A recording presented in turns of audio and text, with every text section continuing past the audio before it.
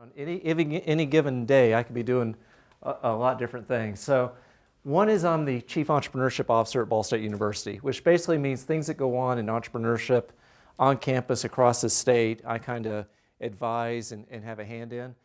And then with Rob Matthews, I was very involved in setting up a gift with John H. Schnatter, who is Papa John, for the John H. Schnatter Institute of Entrepreneurship and Free Enterprise, which is a really great thing for the Ball State campus. But also I'm a professor. I have a distinguished professorship in entrepreneurship, and I also am a full professor of management. So I'm the most senior person in the Department of Management in the Miller College of Business. And so I also do things like write books and give talks like you're hearing tonight. And tonight's talk is focused on work I've been doing around the state. So in one of my roles with the Schnatter Institute and as the Chief Entrepreneurship Officer, it's been to go into communities and to try to help them think through some of the issues they have. And by doing that, I've been exposed to a lot of the things that we deal with in Indiana.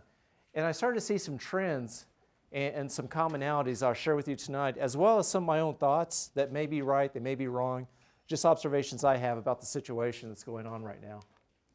It's based on a process that we use a lot in my programs called Simplexity. It's basically a problem-solving approach. A lot of you maybe have taken design courses. It's kind of the same type of thinking. But essentially, it does two things. One, it deals with asking what problems are you dealing with, and then getting facts about that, or trying to get information or research about the problem, and then taking that information and redefining the problems. So taking things that people are dealing with and having them look at it in new ways. And that really helps people because they get stuck in one way of looking at things, and I help them through facilitations re-examine the issues. And next to me in one session I did in Anderson there is Candy Dodd, who is with the Indiana Community Initiatives, and Candy has been with me in all these sessions as well. And so what we do is we go into these communities around Indiana and we just simply ask them one question. What is keeping your community from thriving and flourishing? It's a very open-ended question, and the reason it's open-ended is because I don't want to guide them in any specific issues. I just want to see what comes up. And as you'll see here in a little bit, there have been issues that just keep popping up from town to town to town asking this very basic question. So you can see me there in a couple of communities. I'm over in Jasper, Indiana, there on the right. That's me in Anderson again on the left. But actually, a lot of these communities, we made multiple trips. And some of the sessions, just by asking that basic question, we would be there 3 days talking to these groups from the communities. So here's some of the communities we went to. We've done work in Muncie, Anderson, Crawfordsville, Terre Haute, Richmond, Columbus, Indiana, the little triangle of Jasper, Ferdinand, and Huntingburg, and then spent a little time in my hometown area of Bedford and Mitchell in Lawrence County. So we've kind of been around the state. We were starting to get up in the northwest a little bit, but we haven't gone too far there yet. But we have reached different areas around the state.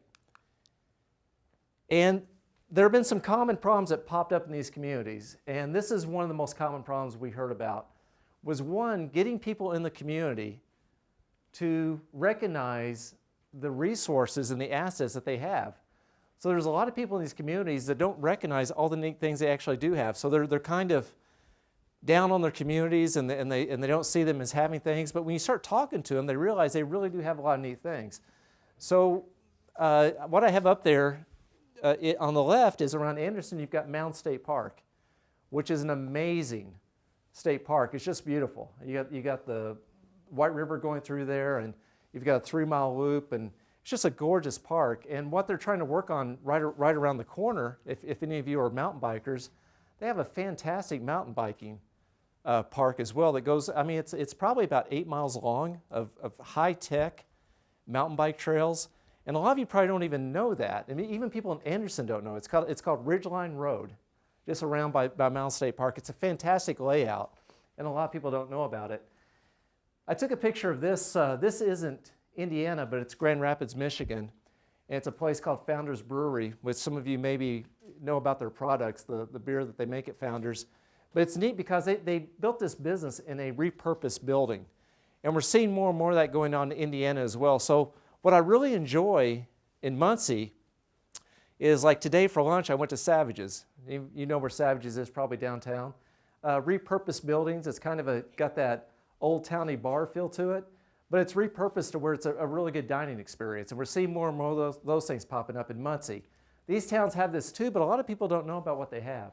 That's a common problem. Another is lack of coordination and communication between the different groups in town. And we were in one town. What happened is they duplicate events. And when they duplicate events, it means they dilute how many people come to the events when they host them. So, actual story in one town, I won't tell you the town just to not pick on it, but they were having a Civil War reenactment in the town. And as it turned out, the people doing that Civil War reenactment didn't know that right across on the other side of town was another Civil War reenactment. That's a pretty niche type of activity, right? It's like a specialty event, a Civil War reenactment. There were two separate Civil War reenactments going on the same weekend, the same day in this little town. They didn't know. So we worked a lot with them and just trying to come up with ways to have calendars, community calendars where people knew what was going on, they didn't dilute, and also if they could just work together so that everyone benefited. That was a common problem. But one thing we heard about a lot, and this gets very complicated, it's a very complicated issue, is a resistance to new ideas by what we call established power brokers. What you discover when you go into any town in America is there will always be power and money. There's always power and money. If there wasn't, the town probably wouldn't exist. So every town has established families, or they have people who are in political positions, long family lines. Almost every town has that. And what we heard from a lot of these people who were wanting to move up in the community is they felt like they were kind of shut out.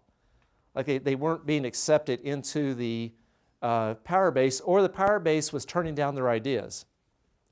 Now there's a flip side to this too, and that is that when you talk to the people in power, they oftentimes felt like that the people with the new ideas were being naive. Yeah, question?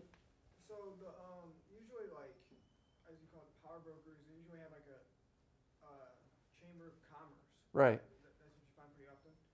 And I feel like I've noticed some of the same things is where people don't really communicate as well, whereas like people with ideas don't really express those ideas as well.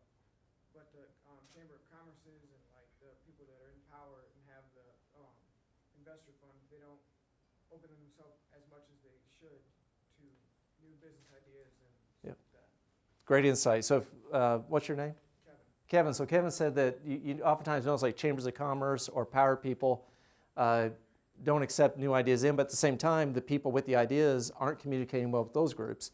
It's a great insight because that's what we saw too. We saw the same thing. So it's on both sides. Both sides are kind of at fault. Both sides are wanting good things for the community. When people are in these power positions, they are committing time. They're committing time that they could be spending with family or doing other things that they're spending on the community. But at the same time, people that are coming up want to make an impact, but they haven't established themselves or got the credibility yet. So that's a common problem we saw popping up. It got me to looking a lot more into some of the people who were experts in being power brokers. There's a guy there, Robert Moses. They say this book, if you want to understand politics and the way cities are built and urban planning, they say this might be the best book written of all time by a guy named Robert Cairo. He's also written a 5-volume series on LBJ, which is supposed to be all about the way politics works. But Robert Moses essentially is the person responsible for the modern New York City. So if you want to know why the airports are there and the parks and everything else that New York City is what it is today, it was Robert Moses. Now the thing about Robert Moses is he wasn't a mayor. He was not a mayor. He was involved in commissions and he ran organizations in New York City. But if he wanted something done in New York City, even if the mayor wanted something done, they had to get Robert Moses on board. Robert Moses was a power broker. He had figured out how to get things done, and he had his hand in everything. So we started talking about this, like if you're going to get into the community and try to make change or bring an idea in, you have to actually understand how that city actually works behind the scenes. And you have to talk to people. One source that we found was very good to talk to, that gave us that background, were local reporters. There are reporters who are kind of have the local town beat. They write about everything in town, and they actually know how everything goes because they talk to so many people. So we said that's a good place to go, is talk to your local beat reporters, because they know the actual dynamics of the town. But this was a thing that we saw happen more and more. The other thing that we saw was this idea of red tape. A lot of outdated regulation that's on the books, but maybe doesn't hold up very well today, but you still have to play by that because it's the law. And those things a lot of times are very hard to change, but they're holding people back. I actually read a report recently by some economists out of George Mason University, and they were talking about that entrepreneurship might actually be on a decline right now because the red tape and the legislation is so thick, you almost have to have an army of attorneys to deal with it, that the only people that can really deal with that type of depth of issues are the big corporations, because they do have army of attorneys, they do have the resources. So the legal aspect almost ends up being like a fixed cost of doing business just to be able to meet all the demands that the regulations require. So that is something that we saw as well. So Kevin, to your point, there's a lack of political savvy that a lot of up-and-comers have to develop.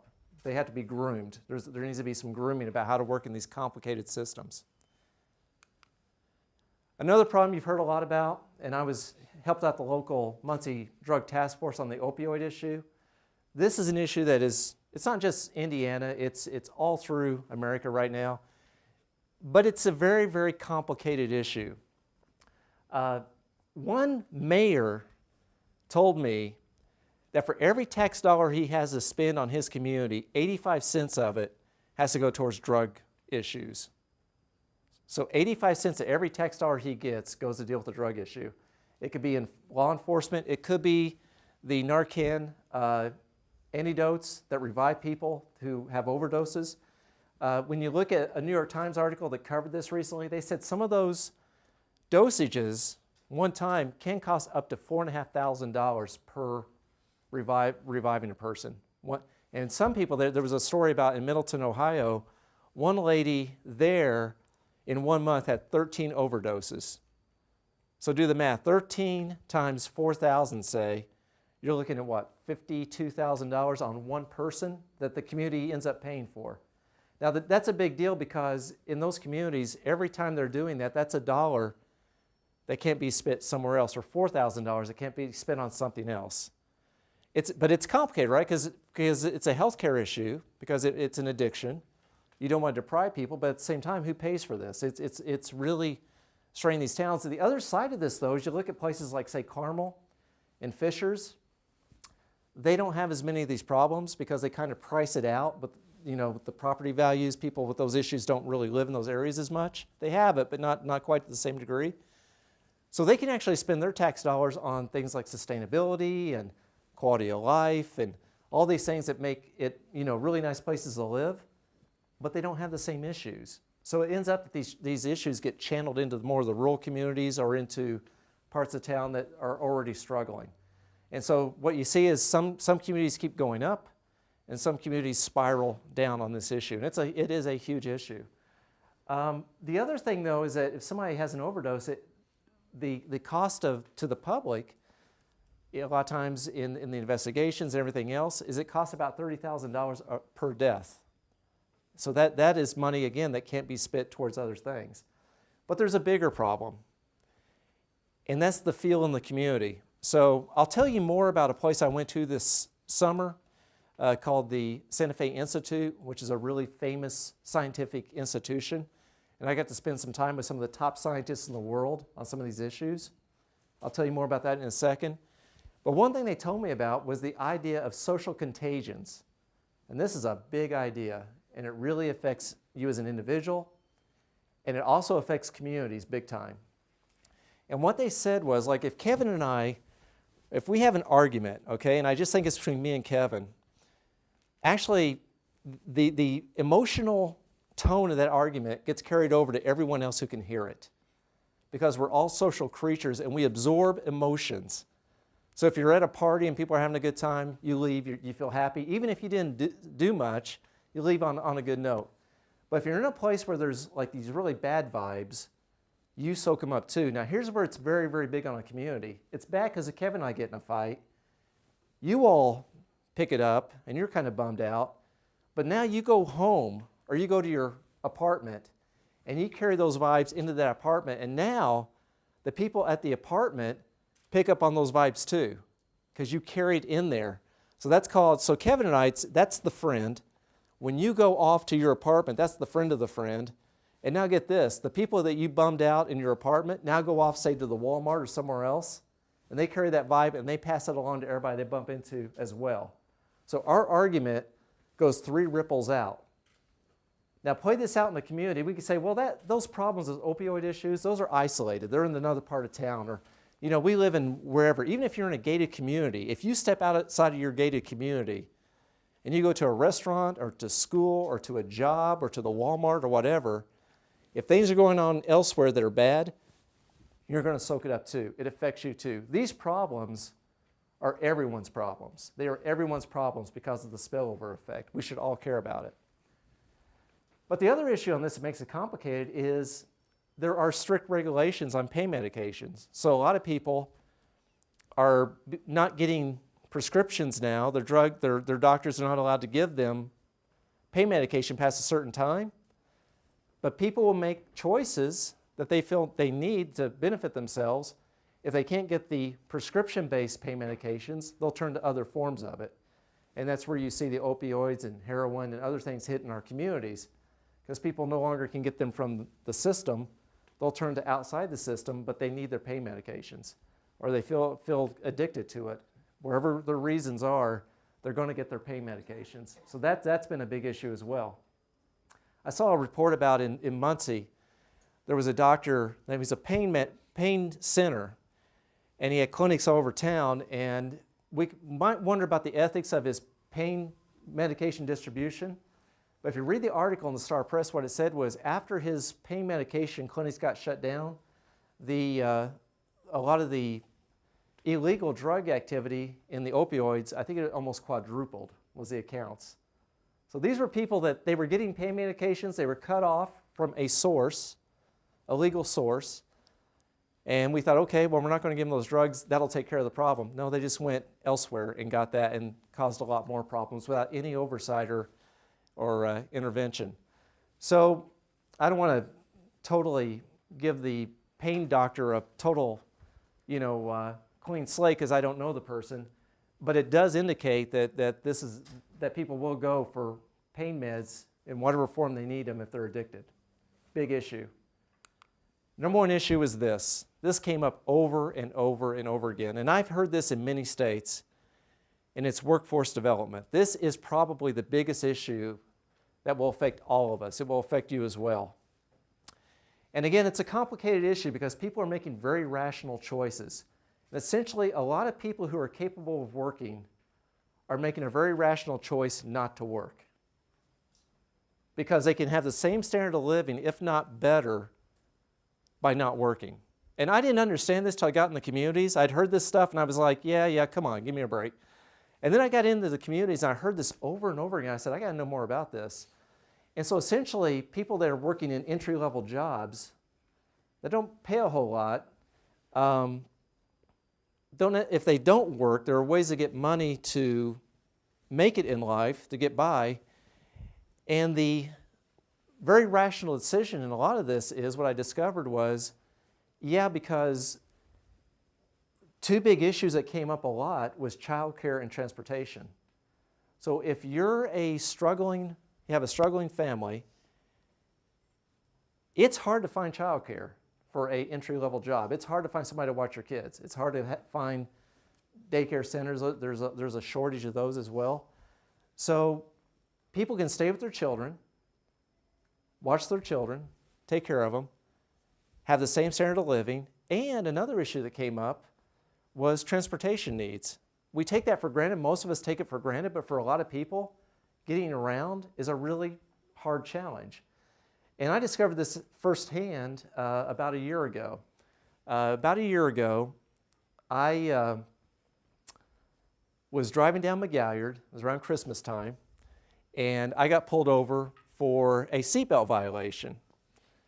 Now, I had my seatbelt on, but I had like a big floppy jacket. It was wintertime, right? I had like a big jacket, and I had a scarf on, and the officer said I didn't have it on. So I thought, I'm going to contest this because I know I had it on. I'm going to contest it. Now, I'm a pretty squeaky clean guy. I don't have a criminal background. I don't know how the system worked. So I was waiting to find out when I was supposed to show up for court and contest this. And I didn't get anything. I was looking for something in the mail. I never got anything about when my court date was. So I thought, well, I guess they just cleared me. I guess I got cleared. And lo and to find out, I get something in the mail. I get this letter, and I go, great! I'm cleared. I got my letter saying I'm cleared. And it said my license had been suspended because I didn't show up to court. Holy cow! Have you ever? I hope you've never had your license suspended. It's a really pain to deal with a suspended license. I had a suspended license, and then I got into the system trying to take care of it. It was a $20 ticket. Okay, all I do is pay my $20 fine. It took weeks for me to get my driver's license back because I was hearing one thing from Muncie courthouse, another thing from the state, DMV. It was just really complicated.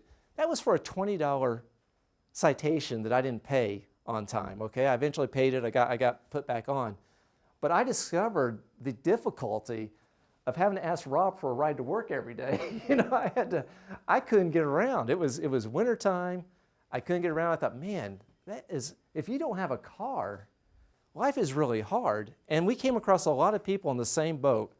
They had a hard time just getting around, so they said, it's easier for me to stay home, same standard of living, watch my kids. So I'm telling you, that's a very rational choice. A lot of people are opting out of work. So I don't have an answer on that. I don't have a solution. I'm just telling you that's a problem that we saw that is playing out. And also what you're seeing a lot of is people not passing drug tests to work in some of the better paying jobs, that you've got advanced manufacturers that can't even fill all the jobs. So we were at one Cracker Barrel with entry-level jobs, and they said they were thinking about shutting down because they just can't get enough people to work at the Cracker Barrel. They have the customers, they have the business, can't supply the business to the customers.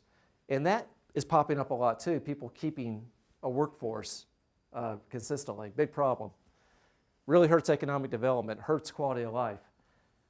We did find some businesses though with great HR policies that were great places to work that kept people working there a long time, and that was good to see. All right, so this is 2016. This is your election results, red states. This is why I call it red state economics. Look at that. When I drove out to Santa Fe, New Mexico last summer, I mean, Santa Fe's there just underneath Colorado, there at the bottom.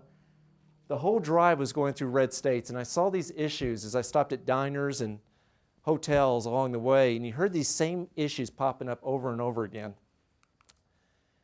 And just some of my thoughts on the presidential election. Part of this is, I think, can be explained by public choice theory. So some of you are economics majors. Public choice is a very popular school of thought of using economic thinking around politics.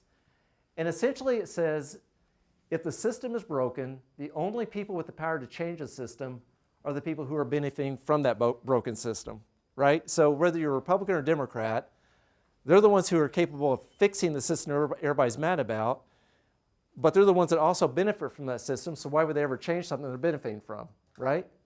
So it's a pretty cynical, but maybe a very realistic view of how it works. Therefore, the system likely won't change. Politicians also are reluctant to remove or adapt outdated programs due to the impact on their votes. So if I change a program that I can have effect on and you don't change yours, the voting base gets mad at me and they go to the other person. So everybody just keeps their voting base, right? I read that a lot of programs that were social programs that got started, the first one actually in our country was for Revolutionary War soldiers. And the deal was when the Revolutionary War soldiers, we wanted to take care of people that got hurt in the Revolutionary War, so that the country actually said, we'll provide lifetime benefits to help you get through the rest of your life because you served our country. But once the Revolutionary War soldiers died, the program stopped. Okay, the program stopped. And that's how programs used to be in this country. They served a purpose and they stopped. Our programs now just keep going, and then they start getting more flexible. It's like, okay, we're going to put more people under this category. We'll change the category a little bit. And they just grow, and they grow, and they grow, and they cost more and more. And what I think you saw here was a populist response with Trump that a lot of the population saw him as an outsider. So with the public choice theory, people on the inside keeping the problems without any solutions, I think a lot of people just said, this guy isn't in the system. He's an outsider. Let's see if he can do something different. Now, we'll see here in a few years if the public thinks he did anything different. That will be up to the electorate. But the other thing is I went into places like San Francisco and New York and Washington, D.C., and they look at us here in Indiana and they wonder, why in the heck did our people vote for, so many of our people vote for Trump? And I said, because you people in the blue cities aren't really understanding the issues that people in the red states are facing. Just don't understand them. So you would hear about the issues they cared about in the blue cities, and there are a lot of different issues than what we're talking about tonight in this talk and what we see when we walk around in different parts of town. So this is kind of a response to being overlooked. Some people call us the flyover states, right? We're not red, we're flyover because people fly over it. Okay, so going back to the community visits, there was one area that was different. Get this, Jasper, Huntingburg, and Ferdinand, on those 5 issues that I just mentioned, none of those 5 came up there. None of those 5. They didn't even mention opioids. That blew me away. It was the only town I've ever been in where they didn't mention opioids. Didn't even get mentioned. The issues they had was trying to get these 3 little communities to work together because they saw themselves as separate, and so they had a lot of duplication of efforts. They thought they could pull their resources together. That was really their issue. So as I looked at all these, I thought, what was it about Jasper? And I talked to people in Jasper. What is it about Jasper that made it different? And the only thing I could come to was the main reason is that it had a strong German culture. That's what made it different. Strong German culture. Now, I'm not saying German culture is the answer to everything, but the reason I mention this is because here in a little bit I want to talk about culture. And I think a lot of the issues we have are culturally based. They go way back, and we have to understand that. So if you know anything about German culture, and I spent a little time in Germany, it's a really neat country. It's got a lot of discipline. It's got a lot, it's an engineering culture. It saves money. It's got a strong work ethic. These are things culturally that if you go to Germany and you go to a place like Jasper, you will see these common threads. They're still there. So then I asked, what is it about the other cities where the culture comes into play? What about the other cities that actually had all the problems? And I came across this really interesting book by a guy named Colin Woodard. It's a really interesting read. And he says, we are one country, but we are 11 nations. And he said, a nation is a group of people with a common ancestry or cultural heritage. And he said, the area we're in, if you think about, say, the bottom of Tennessee, up into where we are, over into Virginia, and out towards Oklahoma, we're known as Greater Appalachia. So our nation, this red state area, is known as Greater Appalachia. So I thought, okay, I want to know more about this. Interesting book.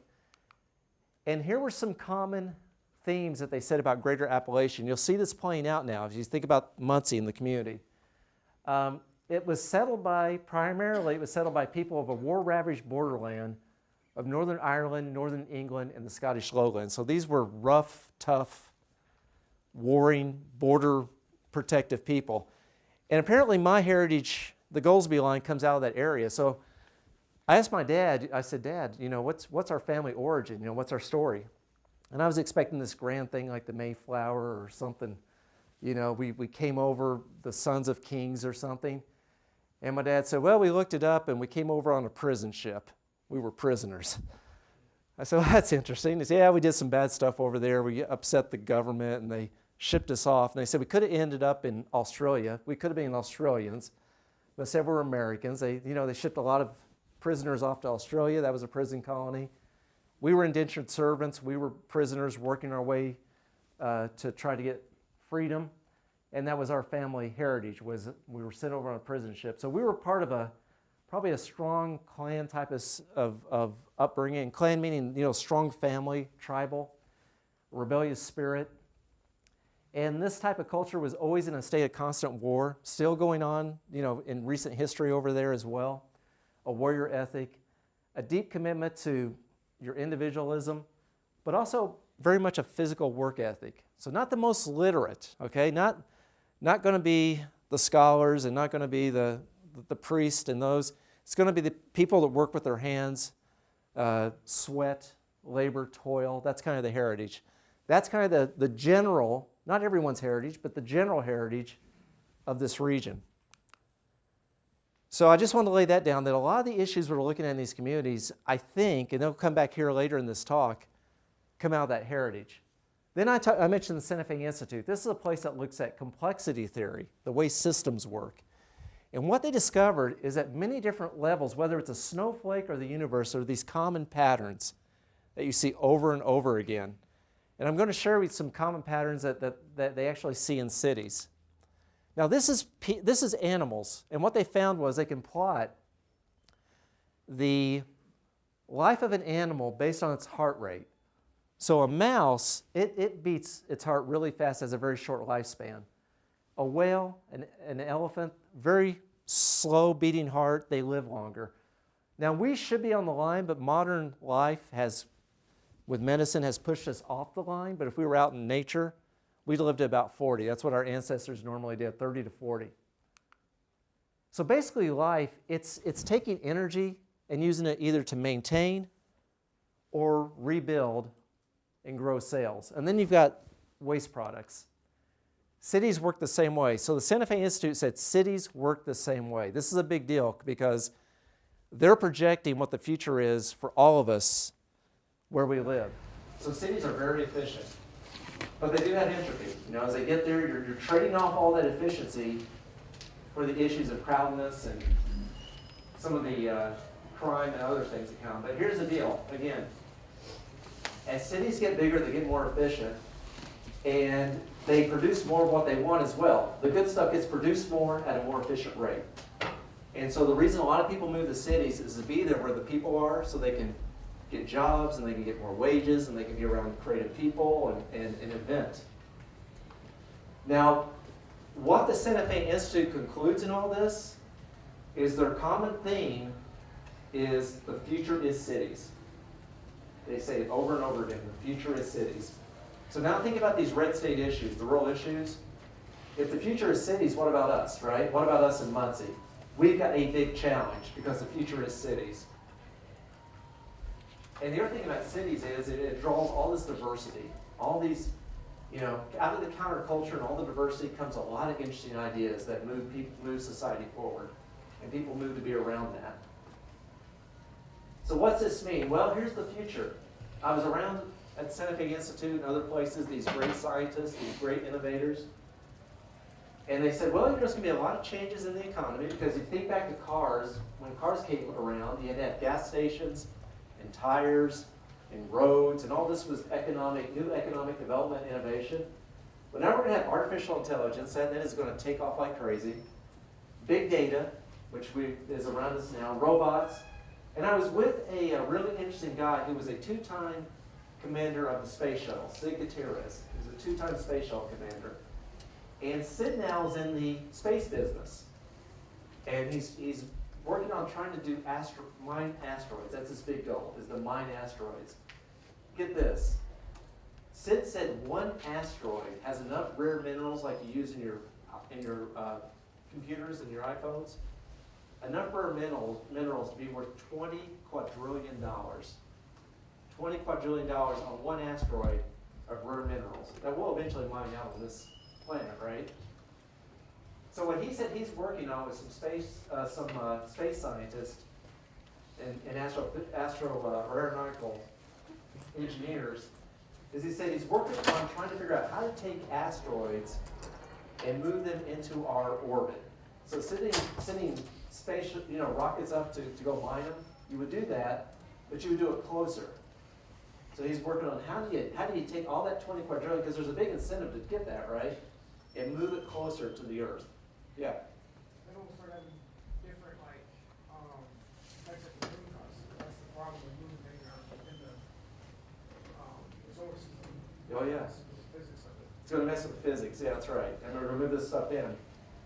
So that's issues we're going to have to think about for sure. Other things are biotech. There's a guy in Stanford, Robert Sapolsky, really interesting, that he said the brain science that he does says that a lot of the findings show that our legal system doesn't make very good decisions based on what we are as humans.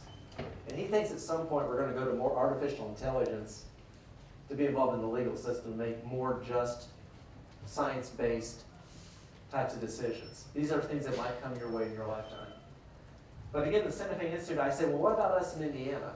You know, we get the red state issues. What's your thoughts on it? And their advice to us was, we need to go to a hub strategy. Now, this is the Santa Fe Institute. They said, you go to a hub strategy. What that means is, the best thing that can happen to Indiana is for Indianapolis to be very strong. So here I am thinking about how do we solve all these problems in the little communities? How do we fix all them? And he said, no, put your attention on Indianapolis, because if Indianapolis is doing well in the future of cities, that ripples out to all of us. So he thinks, Jeffrey West, the big scientist at Santa Fe Institute, thinks that you make Indy strong, and then we all become like veteran support communities. And on top of that, what we also become are talent feeders to Indianapolis. So the best and brightest out of Muncie and the best and the brightest out of Richmond and all these other places can go to Indy for their opportunities. And that makes Indy vibrant. People may not move to Indy from, say, San Francisco, because they go, hey, I like San Francisco better than Indy. But if you get people to go, I like Indy better than Richmond, maybe they'll move in there. That's their advice. So we have to think about how do the local communities help Indianapolis. That's what the Santa Fe Institute says. Another issue that came up in this transition, talking about the culture, is that we used to be an agricultural economy in this region. Again, the Appalachia type of sweat and toil approach. Very physical. Industrial economy, also very physical. I've worked in factories. I worked in factories working my way through school when I was your age. Back when you had all those factories in towns. And on those jobs, they would put you on a machine, and I call it clunk and chunk. Because you put the piece in, you clunk the device, you chunk it down with the tool, and you throw it in a box. And you just did that all day long, clunk and chunk, clunk and chunk, clunk and chunk. You could get trained on one of those machines in about 10 minutes. Because all you had to do was take something out of a box, physically put it in a machine, put the air compressor, or, put the air clamp on it to hold it, bring the cutting tool down, unlock it, throw it in a box. 10 minutes of training. They tell you, be really alert, because the last guy that had this job lost his fingers because he was tired. Don't let that happen to you. That was your 10 minutes of training. Now I'm going to do this for the next 40 hours. So it wasn't really that complicated of a job. The new jobs are advanced manufacturing, computer science, business, anything you do now, most of it's going to be really complicated. And the economists told us that for average people, a lot of this work is mostly over in here. Mostly over in here. There's not enough people with the training or the abilities and skills to do that work. So now the question becomes, right, when you look at this, what about everybody else left of that line? What about all those people? You can't just give them something physical to do. Here's something to keep in mind that's coming down the line. If the legislation doesn't overrule it, self-driving vehicles, high school educated men, truck driving is the number one job for that group of people in our country. The number one job is truck driving. Huge. Go to the Flying J. It's going to be a lot of high school educated men driving trucks, right? We go to self-automated trucks that can go 24 hours a day, that will probably be safer, right? What happens to all those people? I mean, this is going to be a really hard transition. We may come through it, but it looks kind of scary. Yeah? And with Tesla, like new trucks that can pull multiple truck beds behind it. That's right, pull multiple truck beds. Exactly. So they're going to get more efficient. Now, we see government try to respond sometimes with these ways of upgrading people's skills. So you've got people in struggling areas. And there was a program in Kentucky, and the idea was, it was called Silicon Holler. It was in that great Appalachia area of eastern Kentucky. And the idea was they were going to take unemployed coal miners and train them on computer programming skills. It's a great idea, right? It's a nice idea. And then you could have all these people coding instead of working in the coal mines. and it was a colossal failure. They had a handful, they put millions of dollars on it, colossal failure. I mean, it's a really hard cultural challenge to transition over a whole group of people that are just don't have the same types of opportunities and education as people in the creative areas. So here's something I think could be a guiding principle for us. I'm getting into prescriptions now. Here's some ideas about maybe things that we can do, all of us can do. There's a great book called The 7 Habits of Highly Effective People, and this concept guides my life. Now that book, Stephen Covey said, there are 2 types of circles in your life. There's a circle of influence, things that you can actually do something about, something that you can get results on, things that you can impact. And then there's a circle of concern. Those are things you care about, but there's a lot of things you might care about that you can't do anything about. And what Stephen Covey says is that it's better to spend your time on the things you can do something about. Because when you get results, guess what happens to that circle in the middle when you get results? Yeah, it grows, right? It grows. So if more and more people are doing things that bring an impact in whatever form they can, enough people doing this is going to be the way to solve these problems. It's going to take people doing their little part to get results in their own ways. And in these cultural issues, when you look at people in these communities, whatever part of town that's struggling, people are locked into a cycle of poverty, a cycle of lack of opportunity. It's a hard, hard cycle to get out of. But I think you can basically break down everyone's opportunity based on 3 things. It's the talent you have, it's your work ethic, and then it's mobility. And I think the hardest thing to deal with in all this is mobility. Mobility is the hardest thing. Because mobility essentially is being willing to move to where your best opportunities are. Now, your best opportunities could be in Muncie, okay? And maybe you're in the right spot. Or maybe you need to move to a different side of Muncie where a job is. Or maybe you need to move to Indianapolis. Or maybe you need to move out of the state. But I think the solution to a lot of this is getting people to move, to get them to move. And it's the hardest challenge we have. We talk about brain drain in this state a lot. Oh, we're worried about losing people.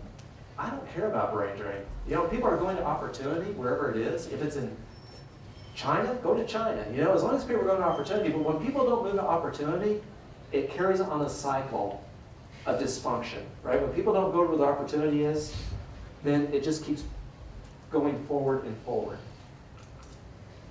So I think the answer, the biggest prescription, is it's going to take a 10 to 15 year window. There's not going to be any program that the government can come up with, or a university can come up with, or a genius can come up with that will solve this thing in a year, or 2 years, or 3 years. It's going to take a 10 to 15 year commitment easy. And ultimately, it's going to have to start with K through 12 at that age. Because the people like us who are far enough along, it's really hard for us to change much. But if we can affect people in the K through 12 ages, and that's where you can probably play a major role with K through 12 or with your future children or whatever you do around children. The thing to keep in mind about why people don't move, I think, one of the biggest reasons, is that it's still family. It's still family, and people love their families. Even if they're dysfunctional, they still love their families. Everyone loves their kids. And if you don't have anything, the only thing you do have is your family. That's all you got is your family. Maybe you don't want to see your kids move away. You know, maybe there's something trying to keep them close, because that's all you have. So here's a picture of LBJ with an Appalachian family. Here's another Appalachian family in a city on the right. But there's love there, right? There's love. There's you know, strong connections, and we have to remember that. That's one of the biggest reasons I think that keep people locked in, getting people to see that there are opportunities elsewhere and not feeling like you're letting down your family. I talked to Lee Cockrell. Lee Cockrell used to run Walt Disney World. I was with him a few weeks ago. And he said that the biggest thing that led to his success in running Walt Disney World was he got out of Oklahoma. He was in a little town in Oklahoma. He said his mom was married 5 times. He said his brother was married 4 times. It was a very dysfunctional family. And he dropped out of college. He didn't get through college, but he joined the Army. And the Army took him to Washington, D.C., and it took him elsewhere. And he said, I got out of my situation. He said, if I hadn't joined the Army, I'd probably still be back in Oklahoma. I'd probably be married 5 times myself, keep the family tradition, the legacy. And he got out. And he said that the key, Mike, is exposure and experience. You have to give people exposure to something else and the experience that they can do it as well. That's huge. Exposure and experience. And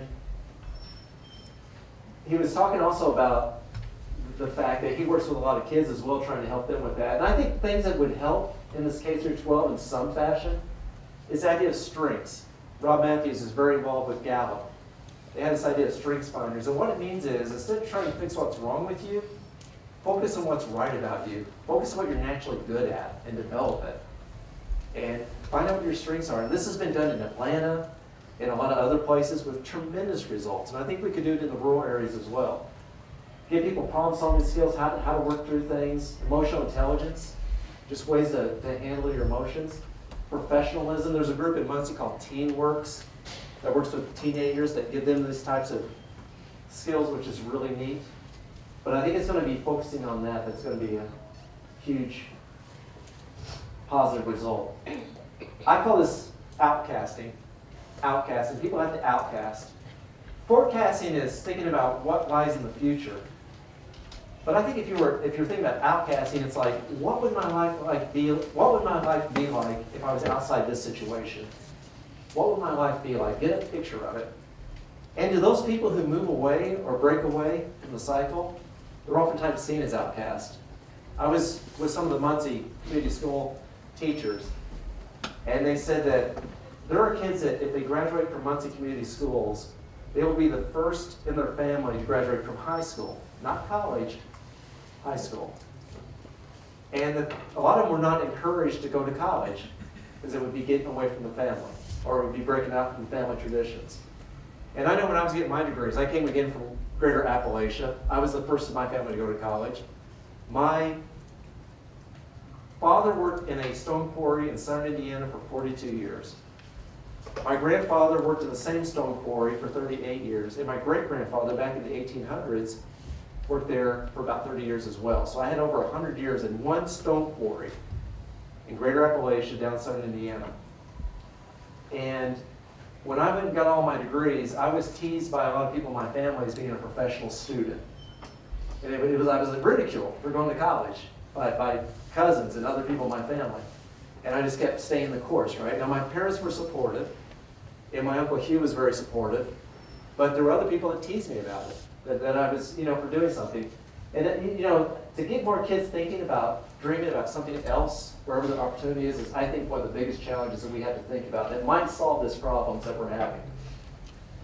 If you get a chance, go on YouTube and watch this little clip about a chess club in Mississippi. This is as rural as it gets. These kids are as country as it gets, okay? And this guy comes in from outside and he sets up a chess club. And he teaches his kids how to play chess. And for the first time in their lives, they get to go to tournaments outside their home county. Never been away from home at all. Take them to Memphis, Tennessee. Take them to Nashville, playing these tournaments. And we watch this clip, it's so moving. Look at those kids. I mean, they're beaming, right? They believe in themselves. They're outcasting. They can see they can do something. And these kids, when they ask them, say, what did you get out of this more than anything? And these kids say, I think I could actually go to college. I think I can actually maybe go to Nashville.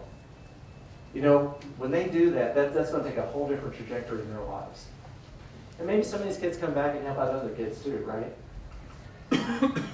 So as I think about this, I was thinking about these issues, and I thought, really what we're talking about is a loss of a way of life.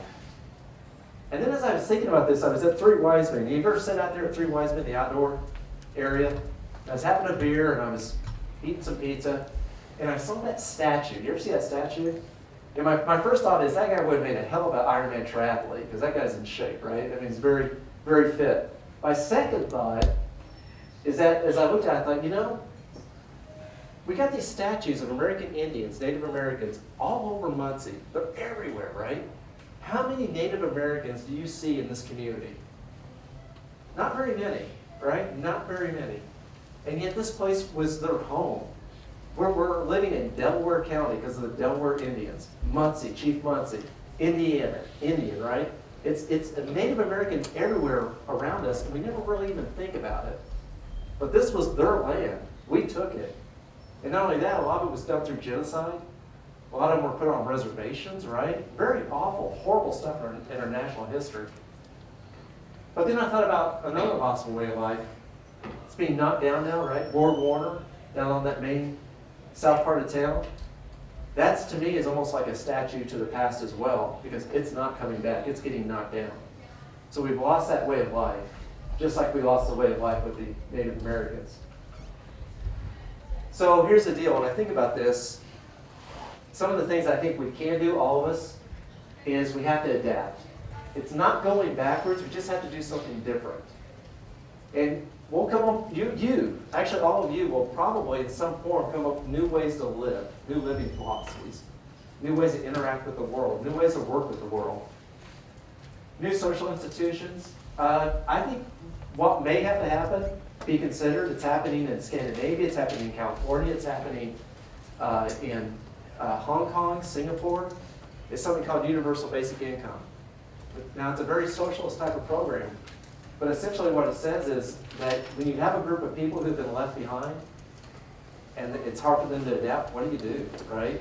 So K through 12, maybe we can fix these problems and get people on the trajectory of a different route. But for people who are 40, 50, 60, 70, like Silicon Holler, what they're saying is it may just be more affordable just to basically take care of people through the rest of their lives, kind of like we did the Revolutionary War soldiers. You're going to see this talked about a lot more. Mark Zuckerberg of Facebook, he's talking about it. It will be a common theme. I'm not saying it's right or wrong, but again, it's addressing the question of what do you do with people who've been left behind? What does a civil society do? The other things I think are possible hopes, good things for rural communities, excellent services. Every town needs good restaurants, it needs good hospitals, it needs good schools, it needs good lawn care businesses. And if you deliver a top-notch service, you will always have business. Every town spends money on that stuff. And if we have those, they'll do fine. I call it also with retirement communities, eds, meds, and nearly deads. If you have a good retirement community, people will move there to be taken care of well. Minimalist living, we're seeing it now, right? The small homes and scaling down. I think we're going to see more of that possibly. Better leaders. Some of you, people who can address racism, literacy, homophobia, immigration. There is still racism in our communities. One community said that they were really hurt that when they went out to their car, there were KKK flyers on their car windows one day after work. So that's still present in our communities. That's got to be addressed. Not only is that bad for the people who live there, it's not a great way to attract talent into the communities either, right? So that's an issue that has to be addressed. And also, I do think what we know about your generation is you like authentic experiences. You like experiences. And I think the places, we're seeing it downtown more and more with some neat breweries and some neat restaurants. Places where you go and you go, this feels like a good place to hang out. And there's still a place for that. So with that, that's my ideas for you. I'm open to any questions you have for me. Again, I've been around in a lot of cities, talked to a lot of people nationally on these issues, and I hope it just gives you something to maybe you think about as you go out there and do your part to help on these problems. Yeah. So they talked about how they want to attract top talent in Indianapolis as being one of the solutions. Do you worry that like taking away top talent from smaller communities would take away from what maybe they could bring to that community themselves? Well, first, I'll answer it. I want to know what you think first. What do you think? Well, I know like a lot of, I'm from Muncie and I'm moving to Indy myself, so it's something similar. But I also wonder, what could possibly we bring to a community like this if we were to stay our lives? So I think what you're going to see is, as the cities get bigger, you're going to trade off an easier life in Muncie in a lot of ways for a more complicated, busier, in many ways, some ways maybe even more dangerous life in Indianapolis. So it's going to be more congested. You're going to spend a lot more time commuting. If you go down there now, you know what I'm talking about. Here it's easy. I can get to my job, from my house to my job in 5 minutes. And I don't live right next to campus, right? That's easy. I can go out and get a pretty affordable meal, I have a low cost of living. So I've chosen to stay living in Muncie, because it's easier for me, I have more time to write. I have some disposable income, I can go to the airport and go fly somewhere if I want to get some excitement, right? If I lived in the city, maybe I couldn't afford to do that. So we trade off, right? I think ultimately what can be good for the local communities like Muncie, though, is focusing on that quality of life, easy, comfortable living that you can't get in the city. So some people will probably be willing to drive, maybe even to Indianapolis, but I think more and more people will make that decision to do like you and move to Indy, where they can be among all that activity. But Indy still needs a good Muncie as well, right? Keep in mind too, the thing about Muncie doing well and having a good quality of life is what goes on in Muncie also ripples out to Indianapolis as well, the friend of a friend effect. So essentially we got to think regionally to a certain degree, regionally, with a strong hub that we all benefit from. Good question. Any other questions? Question? Yeah. From an entrepreneurial perspective, I noticed how you mentioned cultures influencing pretty much all of the mainstream businesses that have been in America since the early 1900s, before we advanced in all of our technology, biotechnology. What? This is a kind of a theory mixed with a question. If I could rephrase it, Okay. from as an entrepreneur, how do you feel the cultural influence of our nation is affecting the business stages of growth? How do you feel that is impacting that stage? Say you're an entrepreneur, you want to go into a different venture, you got the money, you got the investments, you're ready to get a big return, but you don't really understand the demographic because it's changing. Yeah. Not just cultural influences, but from economical influences as well. Like, how do you go through those stages, knowing that there's plenty of problems that can come about from those outside? It's a really good question. So the key there is how do you deal with the culture and the demographics and the changing, what's going on in society. You've got to really think about the people working for you. Really, really know them, really care about them, and really show that you really want them to succeed as well. So I was trying to tell you there's some businesses here in the area that are doing really well. There's one called, I forget the name of it, but it's a nursing home on the west side of town. And the thing about this nursing home is, typically nursing homes or retirement communities, you think about it as being like places where people retire to, like destination areas like Florida and Arizona and places like that. Well, this company has 100 sites around the United States, 100 sites. And the one in Muncie is the second most profitable, successful one they have in the entire 100 company or 100 location system. And the reason they have that is they've got really good HR. It's a great place to work. People like the people that lead it. And so they stay there. And when people stay on the job and put year after year after year there, and they just get better at it, it creates this culture of excellence. And what happens is people stay there, you don't have to retrain people. Get this, every time a company like that has to replace somebody, it costs them $30,000 every time. Because every time they have to do that, they have to recruit, retrain, and do that. It gets very costly. So that goes right to the bottom line. But on top of that, they get better service with the customer, right? So the people in the nursing home. And so mom and dad, who have their mom and dad going to the nursing home say, I'll send them to Muncie because I know they're going to get the care they need. So my answer to you is, the way you handle those situations is you really build a strong connection with the people working with you and see them beyond just the dollar figure, but as people. And when you do that, you know those places. When you walk in, you know the owner, you know the people working there. It just feels right. You got to put the human side to it, and that will take care of it if you do that.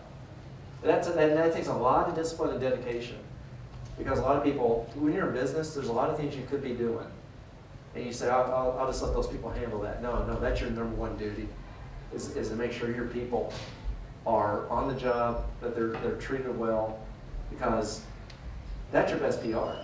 If your employees are happy, they're going to do right with the customer, and your business will be fine. It's a good question. All right. You've been a great audience. I appreciate your attention. I appreciate you caring about this topic. Thanks for coming out tonight.